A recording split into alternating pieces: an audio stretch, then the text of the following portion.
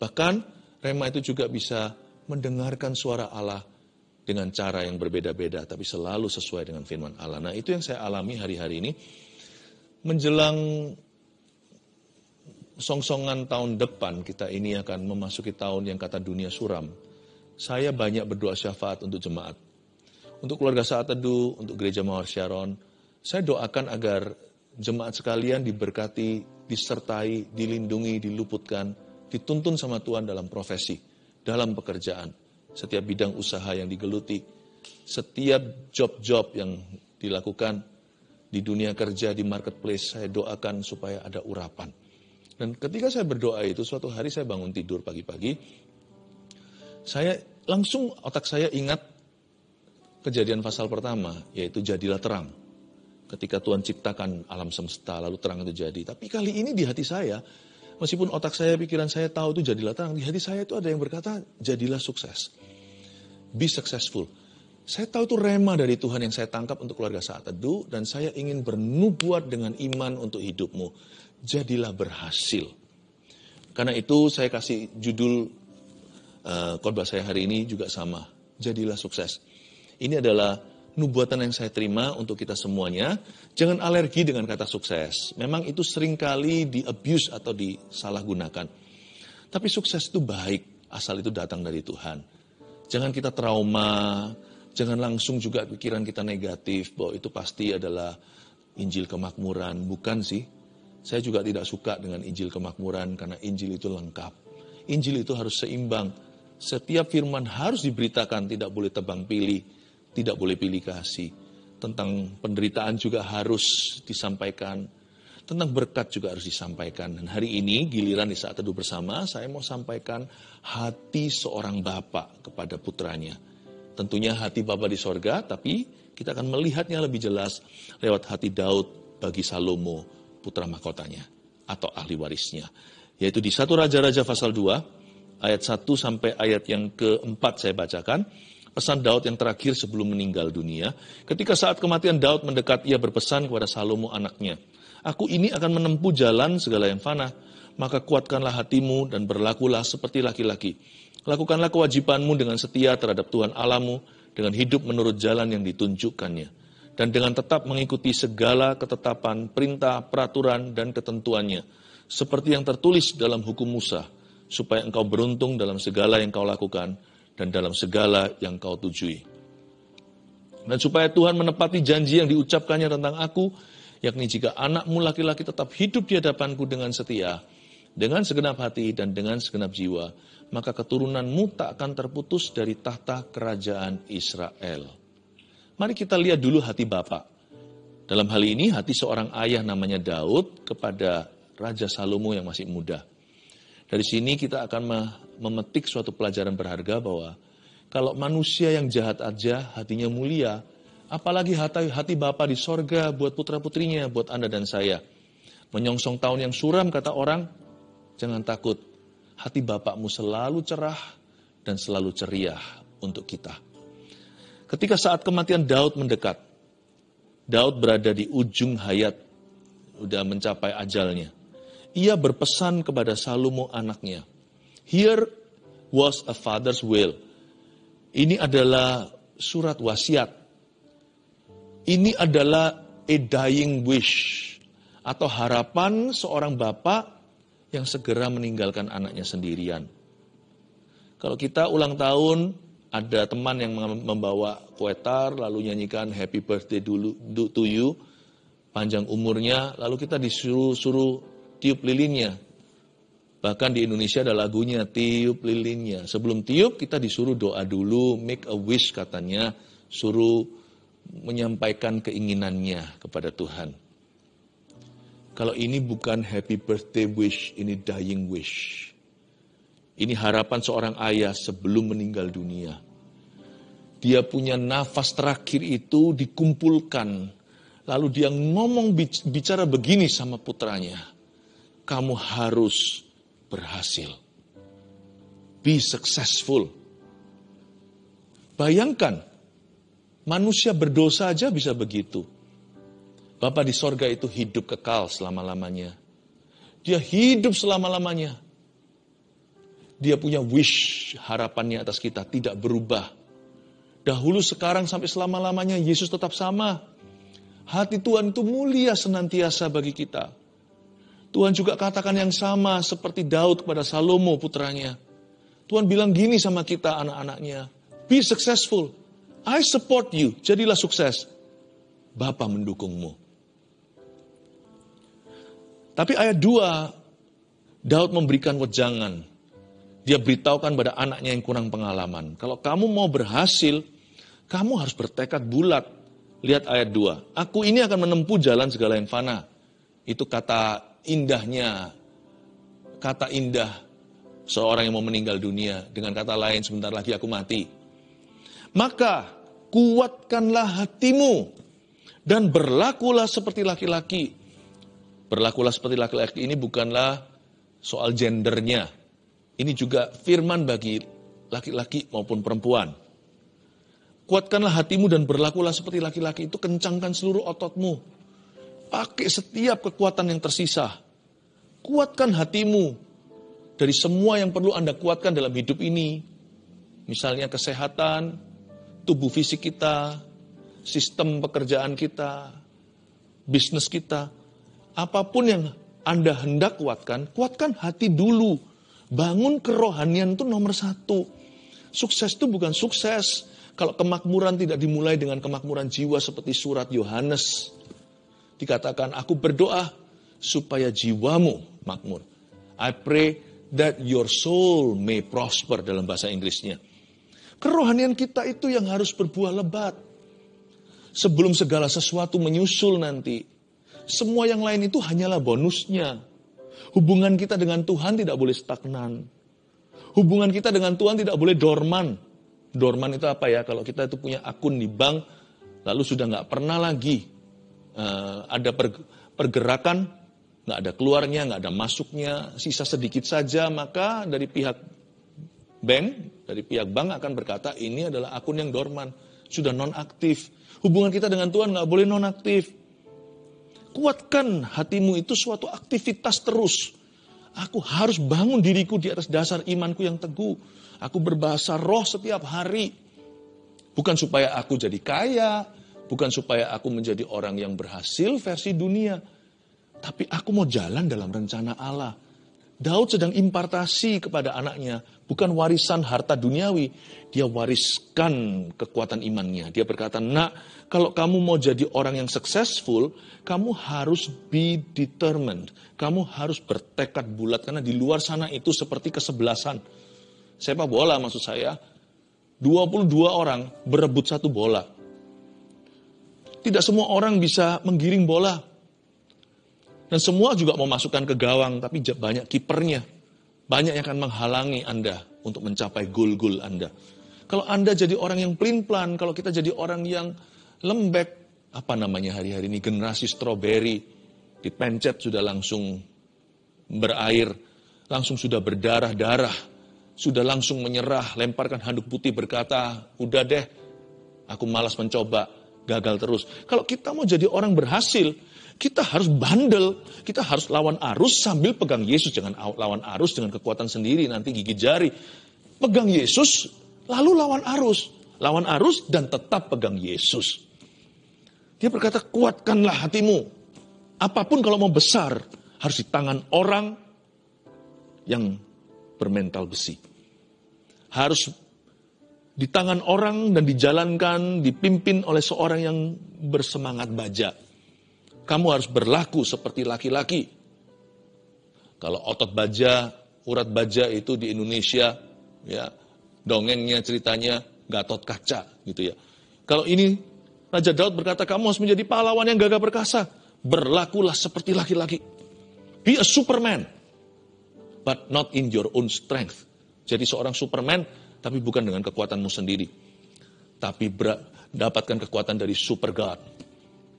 Dapatkan kekuatan dari Allah yang Maha Kuasa, the Almighty. Maka kuatkanlah hatimu, be determined. Bangun dulu kerohanian. Kencangkan otot-otot rohanimu. Ya. Kembangkan imanmu.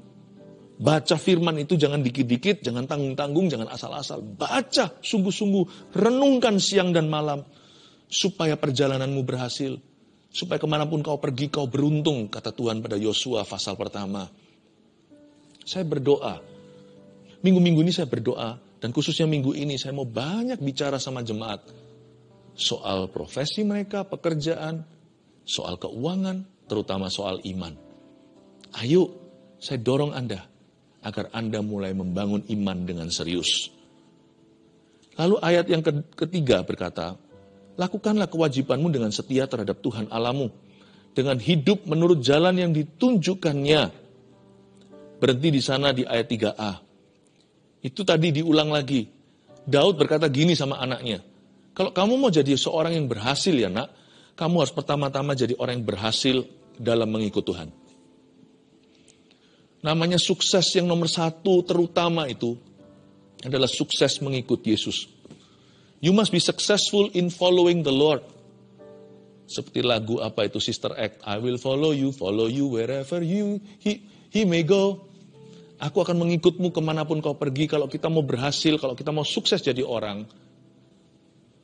tangkaplah dan raihlah sukses tertinggi, yaitu sukses mengikut Tuhan. Dan itu nggak bisa kita lakukan kalau kita nggak sengaja menaruh Tuhan di depan dan di tengah-tengah hidup kita dan di atas segalanya. Anda baca ya bersama dengan saya, lakukan kewajibanmu dengan setia terhadap Tuhan Allahmu dengan hidup menurut jalan yang ditunjukkannya dan dengan tetap mengikuti segala ketetapan. Itulah jalan yang ditentukannya. Itulah jalan yang ditunjukkannya. Dengan tetap mengikuti segala ketetapan, segala perintah, segala peraturan, segala ketentuannya seperti yang tertulis dalam hukum Musa. Ini bukan bicara soal hukum Taurat. Ini bicara tentang Kristus di perjanjian lama. Wujudnya dalam bentuk perintah, peraturan, ketentuan, ketetapan. Itu berarti Daud bilang begini sama Salomo, aku sudah menempuh jalur panjang. Aku sudah menempuh jalan lama. Sebentar lagi aku akan meninggal dunia. Percaya papa nak, percayalah bahwa tidak bisa kita itu berhasil sungguhan kecuali kita jadikan Kristus segalanya. Dia jadikan Kristus ketetapan kita, peraturan kita, perintah kita, ketentuan kita. Segala sesuatu yang tertulis. Firman ini benar. Dengan kata lain, Daud berpesan. Dan hari ini Roh Kudus pakai firman ini untuk berpesan kepada kita. Be Christ-centered in everything you do. Apapun yang kau lakukan, tetaplah berpusat pada Kristus. Berpusat pada firman. Be Christ-centered. Be word-centered. Alkitab ini bukan buku bagi saya, meskipun ada kitabnya. Alkitab ini adalah the center of my life.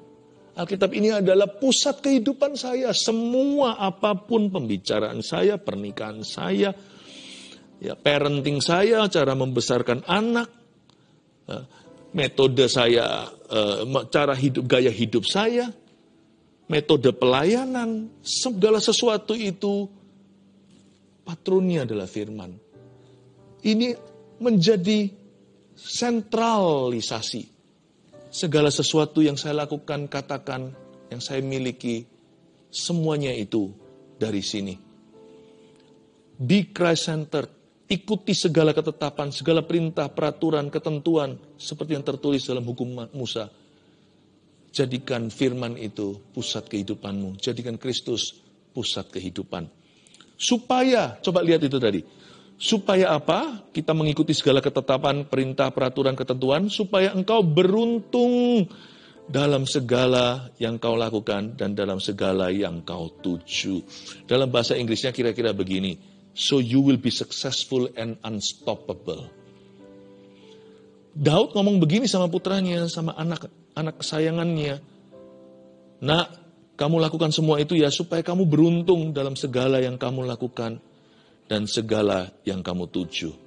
Supaya kamu berhasil dalam tujuan-tujuanmu. Supaya kamu sukses.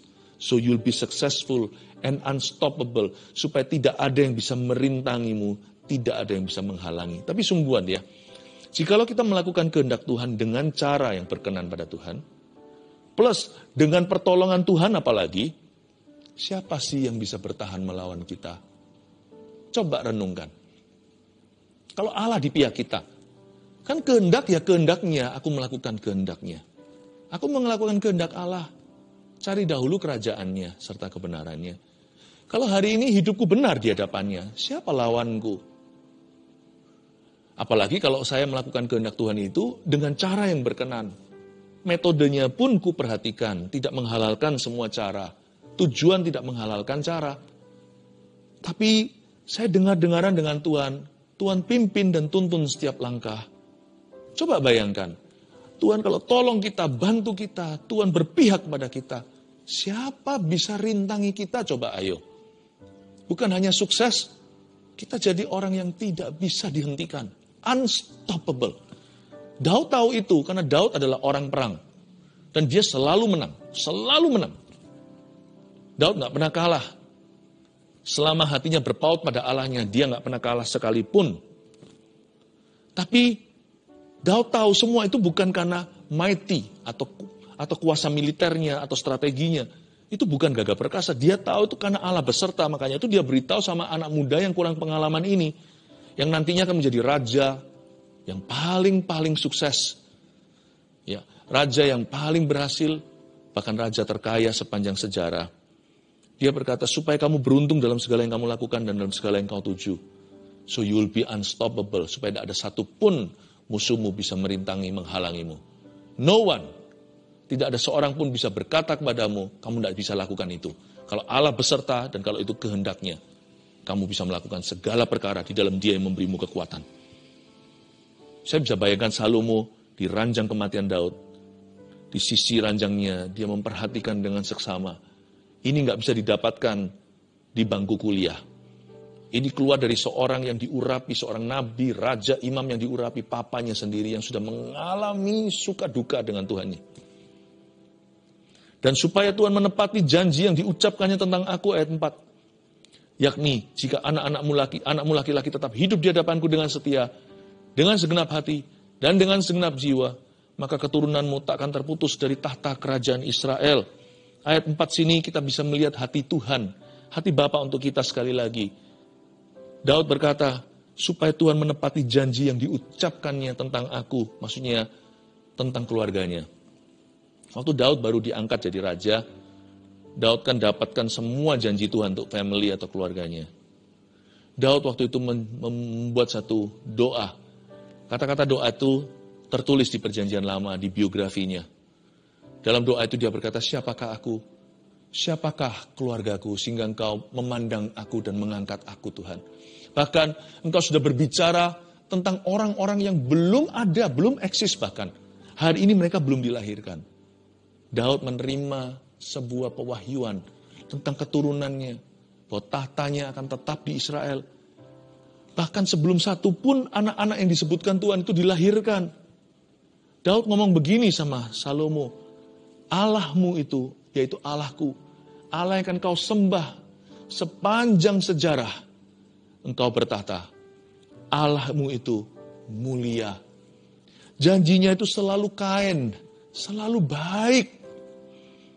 Inilah janji yang diucapkannya tentang aku. Coba baca ya janjinya sekali lagi. Tidak ada kebusukan di dalamnya. Tidak ada ilfil dari Tuhan. Tidak ada niat buruk. Betul sekali kalau dikatakan di ayat yang lain. Sebab aku tahu rancangan apa yang ada padaku tentang dirimu. Bukan rancangan kecelakaan. Sungguhan Tuhan tidak pernah punya rencana yang negatif, yang buruk, yang kutuk, yang busuk. Dan supaya Tuhan menepati janji yang diucapkannya tentang aku.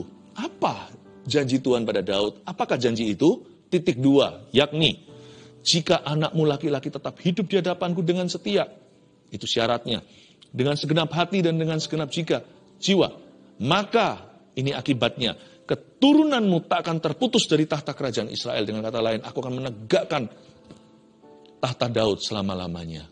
Baik ya Tuhan itu ya. Meskipun Tuhan juga bisa keras sama Daud waktu dia salah soal Batsheba. Pernah sekali, Tuhan kasih dia hajaran. Tuhan kasih dia didikan yang keras. Terjadi berbagai macam calamity atau malapetaka. Tapi masa-masa itu sebentar. Ketika Daud bertobat, berbalik pada Tuhan dan mau dibentuk oleh tangan Tuhan. Sekalipun kesakitan. Maka Tuhan mengembalikan semuanya kepada Daud. Dari dulu niat hati Tuhan itu bukan mau mengambilnya. Tuhan terpaksa mengambilnya karena Daud harus belajar dari kesalahannya. Hati Tuhan itu loh, gak pernah sama sekali punya niat hati, keinginan seiota setetes pun untuk mengambil apa-apa dari hidupmu. Atau merampas sesuatu. Kalau kita lihat dari janji Tuhan, Tuhan malahan kepingin sekali untuk memberkati Daud. Untuk menegakkan tahtanya. Tahukah bahwa Tuhan lebih ingin memberkatimu daripada dirimu ingin diberkatinya? Tahukah Anda? Tangkap ini dengan iman. Udah jangan ragu setiap kata dan setiap huruf dari kalimat ini. Tuhan tuh jauh lebih rindu memberkatimu daripada dirimu rindu untuk memperoleh berkatnya. God's promise for our family is always kind, always glorious. Saya kasih 4 poin hari ini, bukan 3, tambahin 1 bonusnya. Kita belajar apa? Ketika Tuhan taruh sebuah rema di hati kita. Hei, anakku, jadilah sukses. Bertekadlah untuk menjadi orang yang berhasil. Aku mendukungmu. Aku menyertaimu. Yang 1, jangan lupa. Jika kita melakukan kehendaknya, kehendak Tuhan, tidak ada yang bisa merintangi jalan sukses kita. Itulah sebabnya jangan lupa melakukan kehendak Tuhan. Sukses itu bukan materi. Sukses itu perkenanan. Sukses itu pertama-tama hubungan. Jadilah sukses. Ingat ini, poin ke-1. Jika kita melakukan kehendak Tuhan, tidak ada yang bisa merintangi. Udah, kalau perlu kasih tanda seru. Mana ada yang bisa merintangi jalan sukses kita kalau Allah beserta? Nomor 2. Kuncinya adalah, ini kuncinya, catat ya, hadirat Tuhan yang memberi damai sejahtera. Makanya itu sukses harus dijaga di dalam. Uang sih bisa dicuri, ada ngengat yang memakan, pencuri bisa merampasnya. Makanya Tuhan berkata, carilah harta di sorga dulu. Bukan harta di bumi. Di bumi hanya bisa menabung, mengelola, investasi, supaya jangan sampai nanti kita bodoh. Ujung-ujungnya Tuhan kasih modal, hilang semua seperti hamba 1 talenta, tanam di bawah tanah. Nanti terakhirnya minta-minta seperti 5 gadis bodoh. Dikasih pelita, nggak cari minyak. Tidak diusahakan, tidak buka bidang usaha. Akhirnya nanti berujung apa? Minta-minta. Orang benar nggak pernah minta-minta, berarti mereka salah. Minta minyak. Gadis 5 gadis yang bijaksana ya nggak bisa kasih lah. Punya mereka pas-pasan untuk mereka sendiri. Setiap orang punya kuotanya sendiri di hadapan Tuhan. Akhirnya apa yang terjadi? Ujungnya dia akhirnya terlempar keluar dari ruang pesta. Dia nggak bisa masuk dalam rencana Allah. Kan sayang kan? Memang di hidup ini kita patut seharusnya kita menjadi good steward atau menjadi manajer yang baik. Kita mengelola kasih karunia, kita menabung, menginvestasikan, supaya nanti kita bisa terus jadi berkat bagi orang lain. Tapi ingat ya, sekalipun demikian, sekalipun di luar kita harus kelola, terlebih lagi di dalam. Di dalam ini lo harus dijaga-jaga hati dengan segala waspada. Itu apa yang dijaga? Hati kita, jantung kita? Bukan. Itu menjaga hadirat Allah di dalam hati kita. Jangan dukakan Roh Kudus. Kalau kita melakukan sesuatu yang salah, cepat bangkit. Jangan lama-lama. Jangan biarkan akhirnya tempat Roh Kudus kadaluarsa karena Anda kosongin terus di sana. Kuncinya adalah hadirat Allah. Hadirat Tuhan yang memberi damai sejahtera. Buat apa sih kita itu berhasil secara materi kalau kita itu dalamnya seperti neraka? Damai sejahtera itu gak bisa dibeli sama duit, gak bisa dibeli sama uang, emas, perak, permata. Kuncinya adalah hadirat Tuhan yang memberi damai sejahtera. Jaga damaimu itu harta karun yang sesungguhnya. 3, Tuhan ingin kita menikmati karir yang berbuah dan rumah tangga yang diberkati. Tulis aja, ini rema yang saya dapatkan untuk Anda. Meskipun ya kita nggak bisa pakai ini untuk klaim atau bukan untuk menuntut Tuhan kalau sesuatu buruk terjadi. Tapi jangan ragukanlah hati Bapak. Do not doubt the Father's heart. Jangan ragu, hatinya Bapak itu selalu mulia. Kalau kita nggak percaya kalimat ini, coba kita balik. Kedengarannya salah sekali. Tuhan ingin karir kita gagal. Masa iya? Tuhan ingin rumah tangga kita hancur. Masa betul? Bagi orang yang selalu ragu, nggak berani untuk ketok palu, nggak berani untuk paku bumikan kalimat ini karena takut nanti prosperity, kemakmuran. Enggak kok. Saya hari ini siap hidup untuk Tuhan, siap mati untuk Tuhan. Kalau Tuhan nggak jawab lagi doa saya, satu pun tak terjawab lagi mulai hari ini, saya tetap cinta Tuhan. Emangnya saya bisa kemana? Emangnya punya opsi lain? Dia yang pegang firman kehidupan. Bukankah kita sudah ditebus dengan darah? Kita ini milik Yesus. Mau pergi kemana, mau lari kemana, majikan kita hanya satu. Kita sudah dibeli. Dan kita ini nggak layak terima apa-apa. Nggak masuk neraka aja sudah super terima kasih. Saya tahu. Tapi jangan ragu sama kalimat ini. Daud aja mau mati aja kepingin anaknya successful kok. Masa bapak yang hidup kepingin kita itu ambruk? Enggak kan? Di sini kita bisa melihat dengan sangat jelasnya hati bapak yang tidak perlu diragukan. Tuhan memang ingin kita menikmati karir yang berbuah, fruitful work. Kalau Tuhan bisa pulihkan Taman Eden, Tuhan pulihkan dalam dirimu. Taman Eden itu mana ada buah yang busuk. Pernah dengar enggak Adan dan Hawa kelaparan? Enggak pernah. Mereka boleh makan dari semua buah dari setiap pohon yang ada di Eden itu. Kecuali ada satu pohon di taman itu jangan dijamah, yaitu pohon yang berbuahkan dosa. Pohon pengetahuan tentang yang baik dan yang jahat. Tuhan kepingin kita punya fruitful work seperti Eden itu. Meskipun kita sekarang harus berkeringat karena kita hidup di dalam dunia yang penuh perjuangan, tetapi saya percaya Tuhan masih bisa menumbuhkan buah-buahan dalam kehidupanmu lewat pekerjaanmu. Bukan hanya itu saja, rumah tangganya pun Tuhan ingin kita memiliki atau mengalami a blessed home atau rumah keluarga yang diberkati. Tuhan kepingin kita punya relationship, hubungan yang harmonis, yang saling mengasihi, yang saling menguntungkan, saling melengkapi. Tuhan kepingin rumah tangga kita itu bahagia. Mana ada Tuhan itu nikahkan di holy matrimony, memberkati sepasang sejoli laki-laki dan perempuan menjadi suami istri, lalu Tuhan kepingin menghancurkan mereka. Tuhan bawa orang bangsa Israel keluar dari Mesir supaya mereka dihanyutkan di Laut Merah, supaya mereka ditenggelamkan di samudera. Enggak, Tuhan enggak pernah berkati pernikahan seseorang berujung supaya Tuhan bisa hancurkan mereka. He wants to bless your home. Dia ingin memberkatimu. Kalau di dalam keluarga Anda hutang piutang tidak pernah selesai, aduh itu seperti kuk yang dipasang setan, seperti roh perbudakan. Masa Tuhan tidak mau bebaskan kita kalau kita minta kepadanya? Mintalah, maka akan diberikan kepadamu. Carilah, maka engkau akan menemukan. Ketoklah, pintu akan dibukakan. Tuhan mau. Katakan pada dirimu, Tuhan mau. Yang terakhir, yang keempat, ini sebagai peringatan. Bukan kata tadi ada ketetapan, peraturan, perintah, tapi juga ada peringatan supaya kita jangan menuntut Tuhan. Tuhan itu siap untuk diuji. Ujilah aku buka tingkap langit, tapi jangan tuntut karena kita itu orang berdosa. Tuhan itu Tuhan bukanlah seorang terdakwa. Kitalah yang perlu didakwa, tapi Tuhan mengasihi kita. Yang dikasihi Tuhan, jangan menuntut sorga. Tahu diri, mawas diri, ketahuilah bahwa Anda dan saya tidak layak di hadapannya. Itulah sebabnya catat ini juga. Sukses dari Tuhan tidak tentu seperti sukses duniawi. Sebab upah kita yang sejati ada di sorga, yaitu eternity atau kekekalan. Tahu nggak? Upah sesungguhnya, upah iman kita di bumi itu cuma secuil saja. Upah sebongkah itu di kekekalan. Namanya mahkota kebenaran. Karena itu janganlah kita itu kecewa kalau tidak semua harapan kita terjadi. Kalau kita tidak sesukses seperti yang kita harapkan, yang kita mimpikan. Atau kenapa kita kok nggak seperti tetangga kita, karena rumput tetangga kan selalu lebih hijau di mata kita. Setiap orang ada berkatnya dari Tuhan. Bapa kami di dalam sorga, dikuduskanlah namamu. Datanglah kerajaanmu, jadilah kehendakmu. Di bumi seperti di sorga. Berikan pada kami hari ini makanan kami secukupnya.